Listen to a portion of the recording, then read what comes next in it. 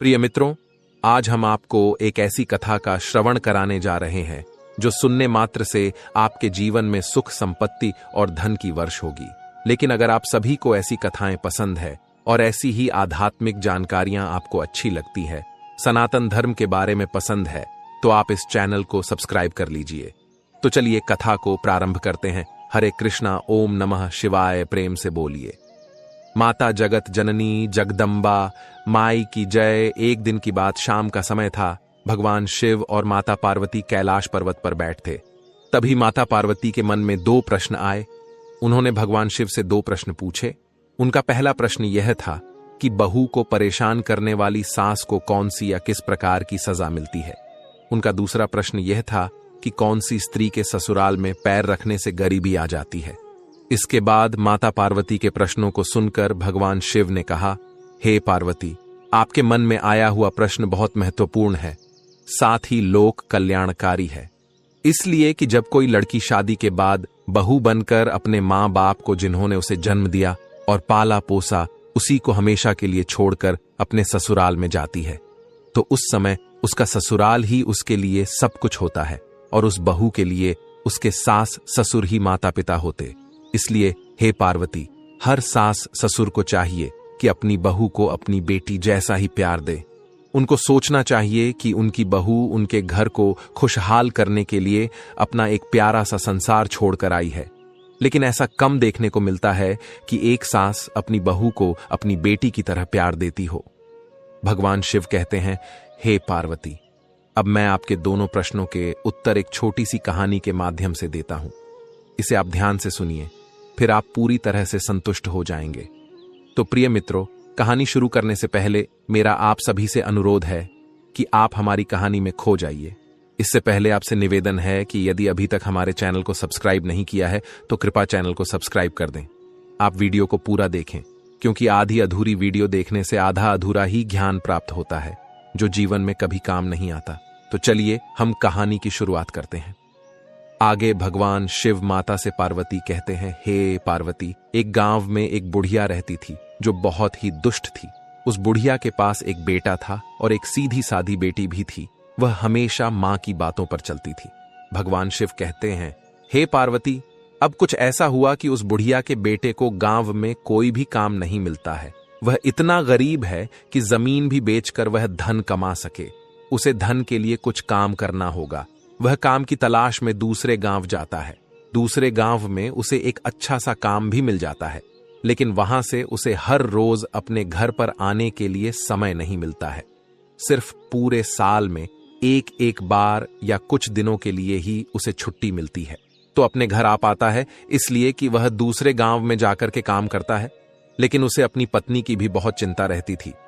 इसीलिए जब उस बुढ़िया का बेटा अपने घर से काम करने के लिए दूसरे गांव पर जाता था, वह जाने से पहले हमेशा अपनी मां से कहता था कि मां, मेरी पत्नी को अच्छी तरह से संभाल कर रखना, क्योंकि मैं रोजाना यहां पर नहीं आ सकता हूं। फिर बेटे की बात को सुनकर कि वो बुढ़िया कहती थी कि हाँ बेटा, तुम बिल्कुल भी चिंता ना करना, मैं तुम्हारी पत्नी का अच्छे से ख्याल रखूंगी, उसे कोई भी कष्ट नहीं मिलेगा। तुम बेफिक्र होकर के दूसरे गांव में काम करने के लिए जा सकते हो। अपनी पत्नी की चिंता मत करो, उसे मेरे पास छोड़कर बेफिक्र तुम जाओ। भगवान शिव कहते हैं कि हे पार्वती, ऐसे ही अपने बेटे को झूठा आश्वासन देकर और उसे घर से दूर भेजकर वह बुढ़िया फिर बेटे के जाने के बाद वह अपनी बहू को बहुत परेशान करती थी। इस तरह समय धीरे धीरे बीत रहा था। वह बहू अपनी सास की आलोचना सुनकर भी चुप रहती थी। चाहे सास बहू को कितना भी कहती थी, वह जितना भी चिढ़ाती थी, लेकिन कभी भी वह बहू उसे जवाब नहीं देती थी, क्योंकि वह बहू बहुत ही संस्कारी थी और अपनी सास को अपनी मां जैसा प्यार देती थी। फिर समय धीरे धीरे बीत गया। एक दिन उस बुढ़िया का बेटा छुट्टी पर आया। वह 2 दिन तक घर पर रुका, लेकिन उसकी बहू ने किसी तरह की कोई शिकायत नहीं की। फिर इस प्रकार छुट्टी पूरा होने के बाद में जब वह बुढ़िया का बेटा काम के लिए दोबारा जाता है, तो जाने से पहले अपनी मां से कहता है, मां, हमारी पत्नी का ख्याल रखना, यह बहुत ही अच्छी है, आपको बहुत ही प्यार करती है, क्योंकि मैं रोजाना यहां पर नहीं आ सकता हूं। फिर बेटे की बात को सुन करके वह बुढ़िया कहती है, ठीक है बेटा, तू चिंता मत कर, मैं तेरी पत्नी का बहुत ख्याल रखती हूं और आगे भी रखूंगी, क्योंकि यह तेरी पत्नी नहीं, मेरी बेटी भी है। भगवान शिव कहते हैं, हे पार्वती, इस प्रकार बेटे के घर से जाने के बाद अब बुढ़िया का ही राज्य था। अब बहू को संभालती कहां थी। वह तो उसे जितना हो सके उतना सताना शुरू करती है। खुद पैर फैलाकर बैठ जाती है और अपनी बहू से घर और खेत का सारा काम करवाती है। उसे सुबह जल्दी उठा देती है। उसके बाद घर का सारा काम जैसे खाना पकाना, बर्तन मांजना, पानी भरना आदि काम करवाती है। उसके बाद कभी जंगल से लकड़ियां लाने के लिए भेजती हैं। पूरे दिन वह बहुत ही मेहनत का काम करती है। उसे आराम करने का भी समय नहीं मिलता है। वह बुढ़िया अपनी बहू को ठीक से खाना भी नहीं देती है। कभी कभी सिर्फ पानी तो कभी वासी खाना देती है। भगवान शिव कहते हैं कि हे पार्वती, वो बेचारी बहू सब काम चुपचाप करती रहती है। कभी भी अपनी सास से किसी काम को करने से मना नहीं करती और अपनी सास के सामने कोई जवाब भी नहीं देती है। और वह अपनी सास पर कभी क्रोध भी नहीं दिखाती है। जब रात होती है तो वह बहुत परेशान रहती है। उसका शरीर बहुत दर्द करता था, लेकिन वह अपने पति से यह कभी नहीं कहती कि हमारी सासू मां हमें बहुत परेशान करती है, क्योंकि वह नहीं चाहती कि घर में कलेश हो और उसके पति जो दूसरे गांव में काम करने गए हैं वह भी परेशान हो। भगवान शिव कहते हैं, हे पार्वती, इस प्रकार से दिन बीतते गए और फिर एक दिन सास को पता चलता है कि हमारी बहू गर्भवती है, तो वह एकदम से विचलित हो जाती है और सोचती है कि कमाने वाला मेरा बेटा अकेला है। ऊपर से यदि एक बच्चा और आ गया तो खाने वाला एक और बढ़ जाएगा। उसके ऊपर बच्चे के जन्म के बाद उसका ख्याल रखने के कारण बहू कोई काम नहीं करेगी, मुझे ही सब कार्य करना पड़ेगा। भगवान शिव कहते हैं, हे पार्वती। फिर वह बुढ़िया अपनी बहू के बारे में ऐसा सोचती है।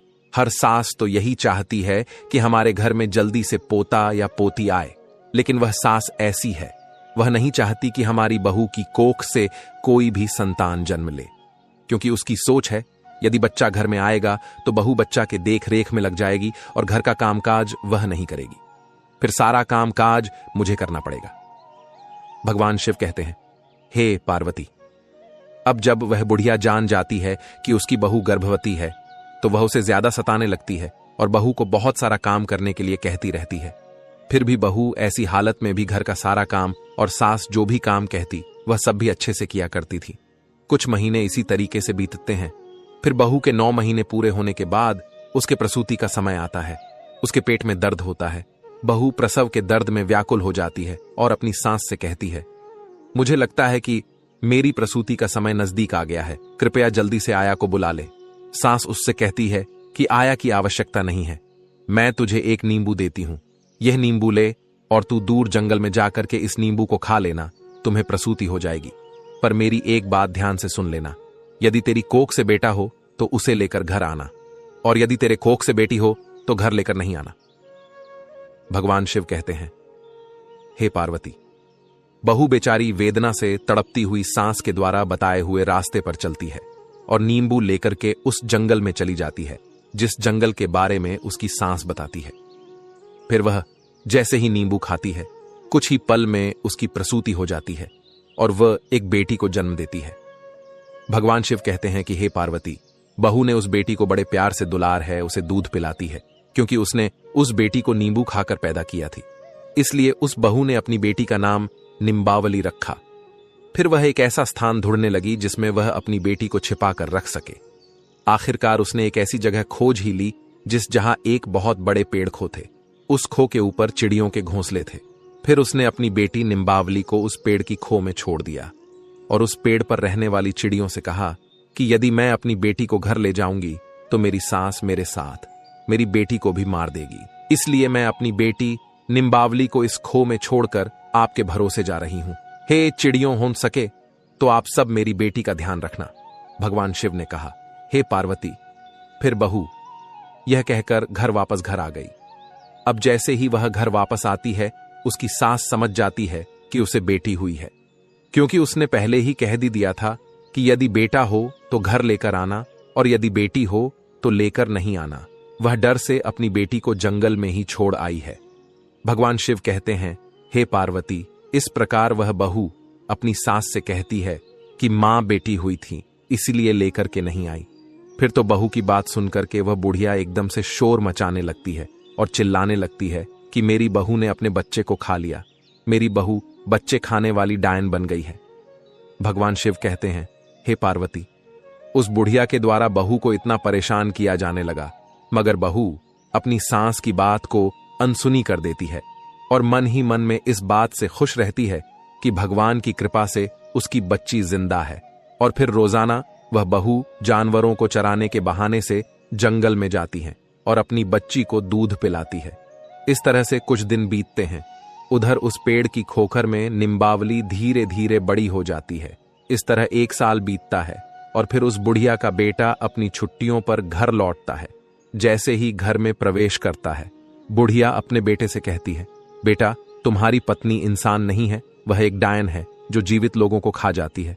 बेटा, तुझे एक बेटी थी, लेकिन तुम्हारी पत्नी ने अपनी बेटी को खा लिया। भगवान शिव ने पार्वती से कहा, वह बुढ़िया का बेटा अपनी मां का स्वभाव भली भांति जानता है।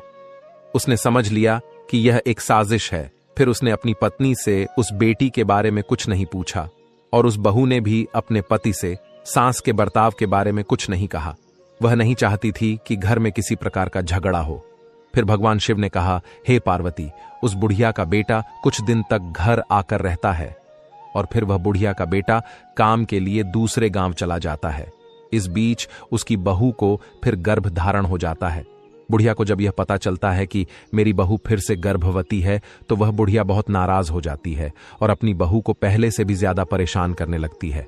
फिर भगवान शिव ने पार्वती से कहा, हे पार्वती, उसकी बहू दूसरी बार जब 9 महीने पूरे कर लेती है तो उसे प्रसूति का दर्द शुरू होने लगता है। तब बहू अपनी सास को पहले की तरह ही आया बुलाने को कहती है, लेकिन फिर से उसकी सास आया को नहीं बुलाती है और एक मुट्ठी जीरा ला करके अपनी बहू को देती है और कहती, ये जीरा तुम लेकर के तुम उस जंगल में जाना और इस जीरे को खा लेना, तुम्हें आराम से प्रसूति हो जाएगी। लेकिन एक बात है, उसे तुम ध्यान से सुनो। इस बार भी अगर तुम्हें बेटा हुआ तो उसे घर लाना, अगर बेटी हुई तो उसे घर मत लाना। भगवान शिव कहते हैं, हे पार्वती, बुढ़िया के कहने पर वह बहू फिर उस सुनसान जंगल में गई और वहां जीरा खा लिया। कुछ ही समय बाद उसे प्रसूति हो गई और उसने इस बार भी एक सुंदर बेटी को जन्म दिया। और बेटी के जन्म लेते ही वह बहू पहले की भांति अपनी बेटी को बहुत ही दुलारती है, दूध पिलाती है। क्योंकि वह बेटी जीरा खाने से पैदा हुई थी, इसलिए अपनी बेटी का नाम रावती रखती है। और फिर पहली बेटी को जहां पर रखा था उसी खो में जाकर के अपनी दूसरी बेटी को भी रख देती है और चिड़ियों से कहती है, हो सके तो उसका ध्यान रखना। इतना कहकर वापस घर आती है।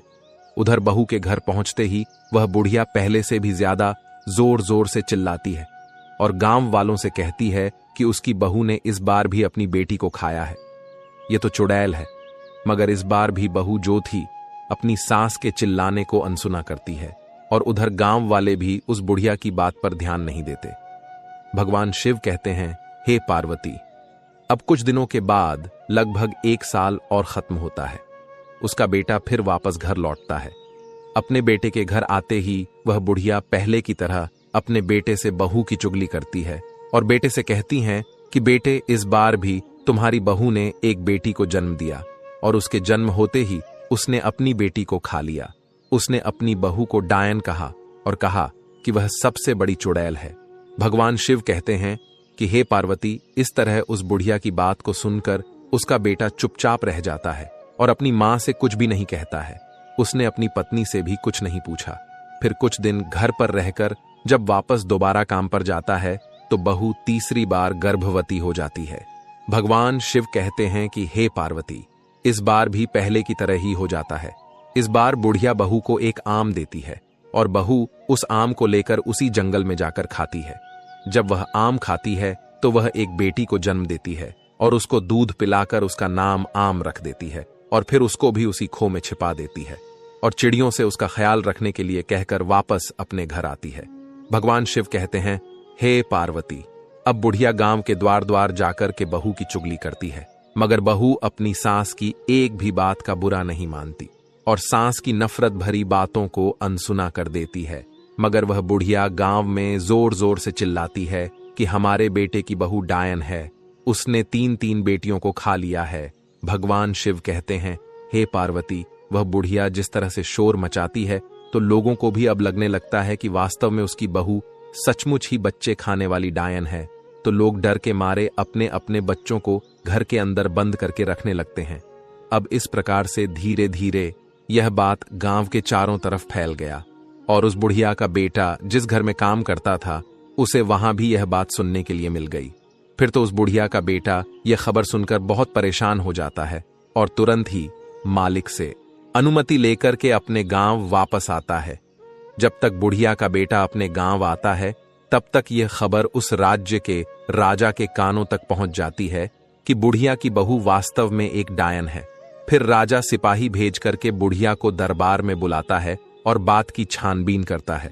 तो बुढ़िया मिर्च मसाला लगा करके राजा से कहती है, महाराज क्या बताऊं, मेरी बहू वास्तव में एक बड़ी डायन है, बच्चों को खाने वाली चुड़ैल है। उसने मेरी 3 पोतियों को जिंदा ही खा लिया है। फिर तो राजा उस बुढ़िया की बात को सुनकर क्रोधित हो जाता है और सिपाहियों को आदेश देता है कि चौराहे पर एक सूली लगवा दो और बुढ़िया की बहू जहां कहीं भी है वहां जाकर लेकर आओ और शीघ्र ही उसे सूली पर चढ़ा दो। भगवान शिव कहते हैं, हे पार्वती, इस प्रकार राजा के सिपाही शीघ्र ही आज्ञा का पालन करते ही तुरंत ही सूली बनाते हैं और जाकर के बुढ़िया की बहू को दरबार में लेकर आते हैं। फिर राजा पूछता है, क्या तुम्हारी सास सच कहती है? क्या तुमने अपनी 3 बेटियों को जिंदा खा लिया है? मगर राजा की बात को सुनकर वह बहू चुपचाप नीचे सिर झुकाए खड़ी रहती है। फिर तो बहू को चुपचाप देख करके राजा को विश्वास हो जाता है, जैसा बुढ़िया ने बताया है उसकी बहू ने तो वास्तव में अपनी बेटियों को खाया है, यह तो डायन है। और फिर राजा तुरंत ही अपने सिपाहियों को उस बहू को सूली पर चढ़ाने का आदेश देता है। तो सिपाही उसे लेकर के चौराहे पर जमा होते हैं। फिर राजा भी बाहर आता है। उसके बाद राजा के दरबार के सभी मंत्री सेनापति वहां पर इकट्ठा हो जाते ही भगवान शिव कहते हैं, हे पार्वती, इधर बहू को सूली पर चढ़ाने की तैयारी होती है तो उधर उसका पति भी घर पहुंचता है। जब वह घर पहुंचता है तो उसे घर में कोई दिखाई नहीं देता है। वह सोचता है घर में मां और पत्नी नहीं है और घर के दरवाजे पर ताला लगा हुआ है। वह परेशान हो जाता है और पड़ोसी से पूछता है कि क्या हुआ है। पड़ोसी बताते हैं कि तुम्हारी मां और पत्नी को राजा ने दरबार में बुलाया है। फिर वह बुढ़िया का बेटा घबराकर राजा के दरबार की ओर भागता है। वहां पहुंचकर उसे पता चलता है कि उसकी पत्नी को सूली पर चढ़ाने के लिए चौराहे पर ले जाया गया है।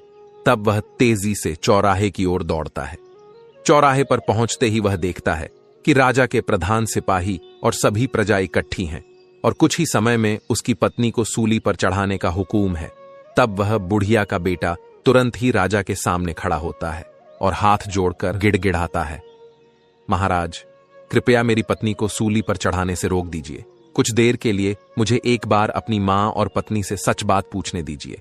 यदि मेरी पत्नी अपराधी है तो मैं स्वयं कहूंगा कि उसे सूली पर आप चढ़ा दें। भगवान शिव कहते हैं, हे पार्वती, इस प्रकार राजा को कुछ दया आती है और वह राजा अपने सिपाहियों को कुछ देर के लिए सूली पर चढ़ाने का आदेश रोक देता है।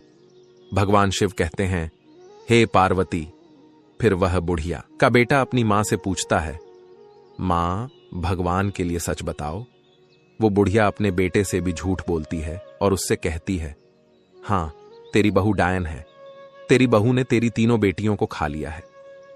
भगवान शिव कहते हैं, हे पार्वती, मगर उस बुढ़िया के बेटे को अपनी मां पर विश्वास नहीं होता है, क्योंकि वह जानता था उसकी पत्नी बहुत अच्छी है, संस्कारी है, कभी झूठ नहीं बोलती, मां की बहुत सेवा करती है, बच्चों को देखने के लिए दिन रात तरसती है। फिर ऐसी मां अपने बच्चों को खा करके डायन कैसे बन सकती है? फिर ऐसा सोच करके उस बुढ़िया का बेटा अपनी पत्नी को कसम देकर पूछता है कि तुम मुझे सच बताओ, मुझसे झूठ ना बोलना। भगवान शिव कहते हैं, हे पार्वती, इस प्रकार उस बुढ़िया के बेटे की बहू शुरू से लेकर अंत तक की सारी बातें अपने पति को बताती हैं, लेकिन कोई भी उसकी बातों को सच मानने के लिए तैयार नहीं होता। तो वो कहती है, सच्चाई क्या है आप अपनी आंखों से देख लीजिए। और वह अपने पति को लेकर वही जाती है जहां पे उसने अपनी 3 बेटियों को रखा था। वह पहुंचकर वह अपनी बेटियों को प्यार से आवाज देती है, निम्बावली प्यारी बिटिया, मैं संकट में हूं, मेरी रक्षा करना रावती मेरी बिटिया, संकट में मेरी रक्षा करना, आमवती मेरी बिटिया, संकट में मेरी रक्षा करना। भगवान शिव बोले, हे पार्वती, जब उस बहू ने अपनी तीनों बेटियों को याद किया तो उसकी तीनों बेटियां तुरंत जंगल से दौड़कर आकर मां के पास चली आई और मां से लिपट गई। इसके बाद उस बेटे को सच्चाई का पता चल गया। उसे देखकर राजा और सभी लोगों ने बहू की बातों पर विश्वास किया और सभी को सच्चाई समझ आ गई। फिर भगवान शिव ने पार्वती से कहा। राजा ने क्रोधित होकर बुढ़िया से कहा, अब बताओ सच्चाई क्या है। अब तो बुढ़िया को डर के मारे कंपने लगती है, लेकिन उसे सच बताना ही पड़ेगा। जब राजा ने सच्चाई जान ली तो उसने बुढ़िया को फांसी चढ़ा दिया और बहू को छोड़ने का आदेश दिया। राजा बहू के संस्कारों को देखकर वह बहुत खुश हो गए और बुढ़िया के बेटे से कहा, अब से तुम्हें दूसरे गांव जाने की आवश्यकता नहीं है। मैं तुम्हें इसी गांव में काम दूंगा। तुम अपनी पत्नी और बच्चों के साथ हमारे यहां खुशी खुशी रह सकते हो। भगवान शिव कहते हैं, हे पार्वती। फिर बुढ़िया का बेटा राजा से हाथ जोड़कर कहता है, आपकी बड़ी कृपा हुई महाराज। और उसके बाद में बुढ़िया का बेटा अपनी पत्नी और तीनों बेटियों को लेकर के घर पर आ जाता है। भगवान शिव कहते हैं, हे पार्वती। वह बहू बहुत ही संस्कारी थी, लक्ष्मी की उपासक थी। और फिर वह अपने पति और अपनी तीनों बेटियों के साथ घर पहुंच करके लक्ष्मी को याद करके रात्रि में सो जाती है। उधर लक्ष्मी जी उस बहू को रात्रि में सपना देती और कहती है, बेटी, तुमने अब तक अपना जीवन गरीबी में काटा है, लेकिन तुम चिंता मत करो। आज मैं बताऊंगी कि तुम्हारे जीवन में गरीबी क्यों आई। तुम्हारे ससुराल आने से पहले यह घर संपन्न था, लेकिन जैसे ही तुमने इस घर में अपना कदम रखा, इस घर में गरीबी आ गई। आखिरकार इसके पीछे कारण क्या था? भगवान शिव कहते हैं, हे पार्वती। लक्ष्मी जी उस बहू से कहती हैं, बेटी हमेशा ध्यान रखना, जब कोई बेटी शादी के बाद बहू बनकर ससुराल में जाती है और ससुराल में यदि वह 3 चीज लेकर जाती है तो समझ लो घर परिवार में अशांति छा जाती है और उसका प्रभाव उसके सुहाग पर भी पड़ता है। घर में गरीबी आ जाती है, इसलिए कभी भी किसी भी बेटी को शादी होने के बाद अपने मायके से ससुराल के लिए 3 चीज लेकर नहीं जाना चाहिए। पहला, चूल्हे। शादी के बाद रसोई की रस्म होती है। उस रस्म में बेटी मायके से दिए गए चूल्हे का प्रयोग करती है, मगर हमेशा ध्यान रखना, यदि कोई भी नवविवाहित दुल्हन अपने मायके से चूल्हा लेकर ससुराल में प्रवेश करती है तो सीधा उसका प्रभाव उसकी गृहस्थ पर पड़ता है, जिसकी वजह से भाग्य की देवी रुष्ट हो जाती है और घर में गरीबी आ जाती है। भगवान शिव कहते हैं, हे पार्वती। अब लक्ष्मी जी दूसरी बात बताती हैं, बेटी दूसरी चीज है नमक। बेटी नमक का काम होता है चीजों को नमकीन करना। जब बेटियां शादी के बाद मायके से ससुराल की ओर प्रवेश करती तो उसका धर्म क्या होना चाहिए? नए घर में प्रवेश करते वक्त सबको साथ लेकर चलना, सबसे अच्छे से बात करना और जो भी रिश्ता उससे जुड़ा है उन सभी रिश्तों में मिठास घोलना। ऐसे में यदि नवविवाहिता मायके से नमक लेकर ससुराल में प्रवेश करेगी तो रिश्ते खराब हो जाते हैं और उससे जुड़ा हुआ हर रिश्ता नमकीन का रूप लेता है। हमेशा ध्यान रखना, यदि नवविवाहित बहू अपने मायके से नमक से बना कोई भी सामान अपने ससुराल लेकर जाती है तो उसका संबंध आजीवन अपने मायके के लोगों के साथ जुड़ा रहता है, लेकिन उसका संबंध अपने ससुराल वालों के साथ कभी भी सही तरीके से नहीं जुड़ पाता और वो रिश्ता मीठा कभी नहीं बन पाता। इसलिए बेटी को विदाई के समय नमक लेकर नहीं आना चाहिए। भगवान शिव कहते हैं, हे पार्वती। अब लक्ष्मी जी तीसरी चीज उस बहू को बताती हैं। लक्ष्मी जी कहती हैं, बेटी तीसरी चीज अचार है। अक्सर कर मां बाप बेटियों को शादी के बाद विदा करते समय उसके माता पिता उनके पसंदीदा आचार को बनाकर भेज देते हैं, लेकिन हमेशा ध्यान रखो, अचार खाने में खट्टा होता है। वैसे ही वह पति पत्नी के बीच में रिश्तों में भी खट्टा पैदा कर देता है, परिवार में भी खटास पैदा कर देता है। कभी कभी यह खटास इतनी गहरी हो जाती है कि पति पत्नी में से किसी की मृत्यु तक हो जाती है। इसलिए याद रखना चाहिए कि शादी के बाद विदा होते समय अपने मायके से कभी भी अचार जैसी कोई वस्तु नहीं लानी चाहिए। और जब तुम्हारी शादी हुई थी तो तुम्हारे माता पिता ने यह तीनों चीजें तुम्हें दी थीं, जिसकी वजह से तुम्हारे घर में अशांति रही थी और तुम्हारे घर में गरीबी आई। तुमसे भाग्य की देवी रूठ गई, लेकिन तुम्हारे संस्कार बहुत अच्छे थे। तुमने कभी भी अपनी सांस को कोई जवाब नहीं दिया। तुम्हारी सांस ने तुम्हें सताया, जिसके कर्मों का फल तुम्हारी सांस को मिला और तुम्हारे सुशील की वजह से, तुम्हारे संस्कारों की वजह से मैं तुम्हें आशीर्वाद देती हूं कि आज के बाद में कभी भी तुम्हारे घर में गरीबी नहीं रहेगी।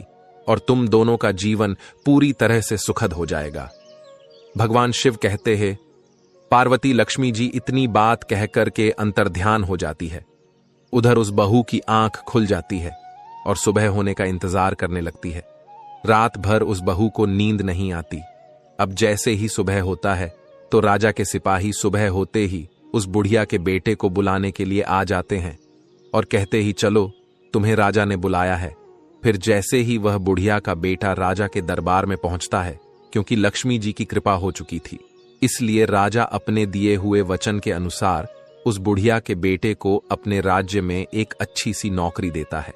और फिर बड़ी ईमानदारी के साथ में वह बुढ़िया का बेटा उस राजा के यहां पर नौकरी करता है और अपनी पत्नी तथा तीनों बेटियों के साथ में सुख शांति से जीवन बिताता है। भगवान शिव कहते हैं, हे पार्वती, अब तुम अपने पहले प्रश्न का उत्तर सुनो। तुम्हारा पहला प्रश्न यह था कि उस सास को कौन सी सजा मिलती है जो अपनी बहू को हर समय घर में परेशान करती है। तो समझो, जिस सास ने अपनी बहू को परेशान किया है उसे उसके कर्मों के आधार पर सूली पर चढ़ा दिया जाता है, जैसे कि उस बुढ़िया को सूली पर चढ़ा दिया गया। फिर वह यही कहती है कि मुझे छोड़ दो, अब मैं कभी भी अपनी बहू को परेशान नहीं करूंगी। मगर उसे छोड़ा नहीं जाता, उसे सजा भुगतनी ही पड़ती है। भगवान शिव बोले, हे पार्वती, तुम्हारा दूसरा सवाल था, कौन सी स्त्री अपने ससुराल में जाते ही गरीब हो जाती है। तो समझ लो कि शादी के बाद नवविवाहिता को अपने मायके से 3 चीजों को नहीं लेने चाहिए, यानी नंबर 1 चूल्हा, नंबर 2 नमक और नंबर 3 अचार। यदि कोई नवविवाहिता इन 3 चीजों को अपने मायके से अपने ससुराल में ले आती है तो उसके जीवन में गरीबी आ जाती है। मित्रों, इस कहानी को अपने परिवार के सभी सदस्यों को जरूर सुनाओ। मुझे पूरा यकीन है कि इसके बाद सास बहू के बीच मित्रता बनेगी और घर में कभी भी गरीबी नहीं आएगी। भाग्य की देवी लक्ष्मी कभी भी रूठेगी नहीं। उम्मीद है आप सभी को यह वीडियो अच्छी लगी होगी। अगर आप शिव के सच्चे भक्त हैं तो चैनल को सब्सक्राइब और वीडियो को लाइक करके कमेंट में हर हर महादेव लिख दीजिए। आप सभी का धन्यवाद।